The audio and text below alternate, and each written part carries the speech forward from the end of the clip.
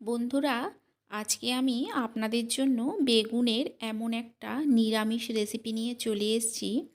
এই রেসিপিটা ভাত, রুটি সব কিছুর সঙ্গেই খেতে কিন্তু ভীষণ ভালো লাগে। আর এটা বেগুনের একঘেয়েমি রেসিপির থেকে অনেকটাই আলাদা, একটু অন্য ধরনের রেসিপি। এখানে এই রেসিপিটা বানানোর জন্য আমি একটাই বেগুন নিয়েছি, একটা বেগুনেই আমার হয়ে যাবে।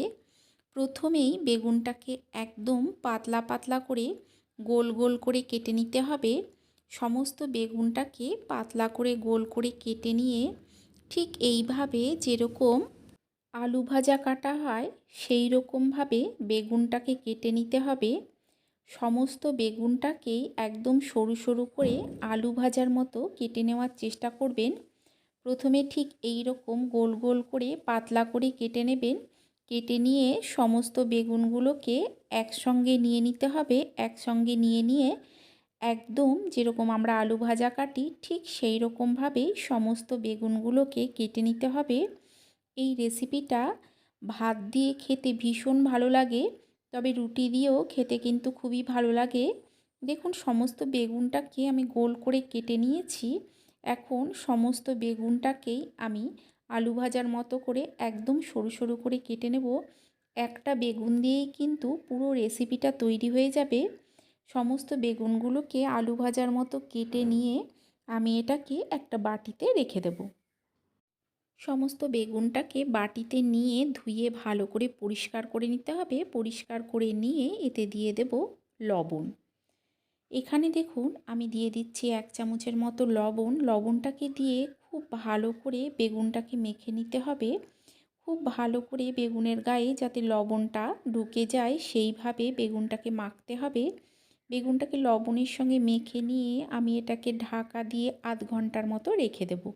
যতক্ষণ এটা ঢাকা দিয়ে রেখে দিচ্ছি ততক্ষণ আমি অন্যদিকে একটা কড়াই বসিয়ে দিয়েছি। এখানে দিয়ে দিচ্ছি দেখুন সর্ষের তেল। তেলটা যখন গরম হয়ে যাবে ফোড়নে দিয়ে দিচ্ছি গোটা জিরে আর দিয়ে দিচ্ছি দুটো চিড়ে নেওয়া কাঁচা লঙ্কা। ফোড়নটাকে দিয়ে কয়েক সেকেন্ড ভেজে দিয়ে দিলাম একটা ছোট সাইজের টমেটো। টমেটোগুলোকে একদম ছোট টুকরো করে নিয়েছি। ফোড়নের সঙ্গে টমেটোটাকে কিছুক্ষণ ভেজে নিয়ে এতে দিয়ে দিচ্ছি আমি আদা বাটা। এখানে আমি 1.5 চামচের মতো আদা বাটা দিলাম। সঙ্গে দিয়ে দিচ্ছি 1 চামচ জিরে গুঁড়ো, দিয়ে দিচ্ছি হলুদ গুঁড়ো আর দিয়ে দেবো এখানে লঙ্কার গুঁড়ো। অল্প একটু জল দিয়ে দেব। আদার বাটিটা ধুয়েই আমি জলটা দিয়ে দিলাম যাতে মশলাটা না পুড়ে যায়। গ্যাসের ফ্লেমটাকে লো টু মিডিয়ামে করে আমি মশলাটাকে কষিয়ে নেব। মশলাটা ততক্ষণই কষাতে হবে যতক্ষণ না এর কাঁচা গন্ধটা চলে যাচ্ছে আর তেলটা আলাদা হয়ে চলে আসছে। একটুখানি সময় ধরে ভালো করে মশলাটাকে কষিয়ে নিতে হবে। দেখুন, মশলাটাকে আমি ভালো করে কষিয়ে নিচ্ছি, তবে গ্যাসের ফ্লেমটা কিন্তু একেবারেই হাইতে করবেন না। হাইতে করে দিলে কি হয়, অনেক সময় মশলাটা পুড়ে যায় আর কাঁচা গন্ধটাও থেকে যায়। দেখুন, তেলটা কিন্তু অনেকটাই আলাদা হয়ে চলে এসছে। আর কিছুক্ষণ আমি এটাকে কষিয়ে নেব যাতে সম্পূর্ণ তেলটা আলাদা হয়ে চলে আসে। মশলাটা আমার কষানো হয়ে গেছে। এখন এই সময় এতে দিয়ে দেব আমি জল। দেখুন, আমি মশলাটা কষিয়ে নিয়ে জল দিয়ে ভালো করে মিশিয়ে এর মধ্যে দিয়ে দেব স্বাদ অনুযায়ী লবণ। লবণটাকে দিয়ে গ্যাসের ফ্লেমটাকে একদম লোতে করে এই ঝোলটাকে ফুটতে দেব। গ্যাসের ফ্লেম কিন্তু হাইতে করব না, একদম লোতে করে হতে দেব। ততক্ষণ অন্যদিকে আমি যে বেগুনটাতে লবণ মাখিয়ে রেখেছিলাম সেটা নিয়ে নিয়েছি। লবণটা মেখে রাখার জন্য কিন্তু অনেকটা জল বের হয়েছে। এখন এটাকে ঠিক এইভাবে চিপে নিতে হবে যাতে বেগুনের মধ্যে থেকে সম্পূর্ণ জলটা বের করে নেওয়া যায়। হাত দিয়ে ঠিক এইভাবে চিপলেই দেখবেন সব জলটা বেরিয়ে যাচ্ছে। শুধু বেগুনটাকে আমি আলাদা একটা বাটিতে নিয়ে নেব। পুরো বেগুনটার থেকেই সম্পূর্ণ জলটা বের করে নিয়ে আমি এই বাটিটার মধ্যে নিয়ে নেব।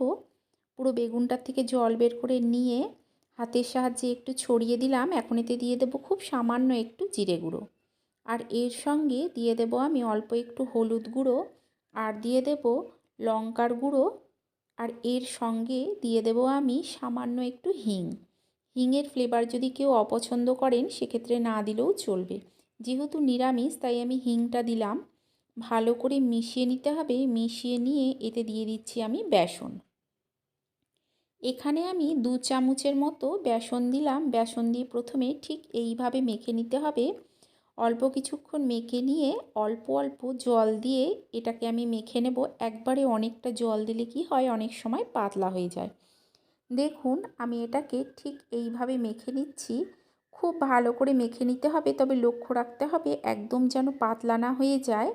এখন অন্যদিকে একটা কড়াইতে আমি কিছুটা সাদা তেল গরম বসিয়ে দিয়েছিলাম। এখন এই বেগুনের বড়াগুলোকে ঠিক এইভাবে তেলের মধ্যে দিয়ে দিতে হবে। দিয়ে নিয়ে গ্যাসের ফ্লেমটাকে লো টু মিডিয়ামে করে আমি বড়াগুলোকে ভেজে নেব। গ্যাসের ফ্লেমটা হাইতে করে বড়াগুলো ভাজবেন না, তাহলে ভেতর অবধি ভালো মতো ভাজা হবে না।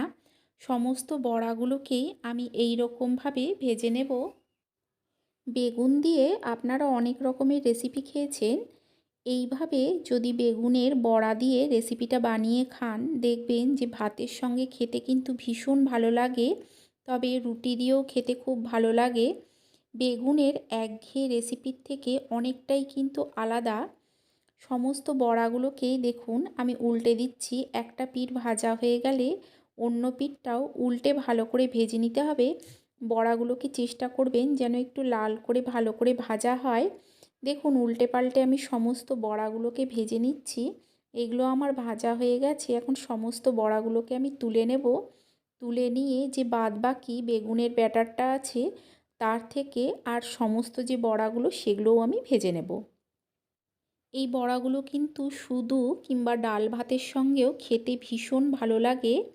সমস্ত বড়াগুলোকে এরকমভাবে আমি ভেজে নিয়ে অন্যদিকে আপনাদের দেখিয়ে দিচ্ছি। ঝোলটা বেশ অনেকটা ফুটে গেছে। আমি গ্যাসের ফ্লেমটা লোতে করে রেখে দিয়েছিলাম। এখন দিয়ে দেব সমস্ত বড়াগুলো। আপনাদের এই রেসিপিটা ভালো লেগে থাকলে লাইক করে দেবেন, শেয়ার করে দেবেন, কমেন্ট করে জানাবেন যে কেমন লাগলো। আর চ্যানেলটাকে অবশ্যই সাবস্ক্রাইব করে দিয়ে পাশে থাকা বেল আইকনটা প্রেস করে দেবেন, যাতে নতুন কোনো ভিডিও দিলেই সবার আগে আপনার কাছে পৌঁছে যায়। আর ফেসবুক থেকে দেখলে চ্যানেলটাকে অবশ্যই ফলো করে নেবেন। অল্প কিছুটা ধনেপাতা দিলেই তৈরি এই রেসিপি। তাহলে চলুন আপনাদের সঙ্গে দেখা হচ্ছে আরও একটা নতুন ভিডিও নিয়ে।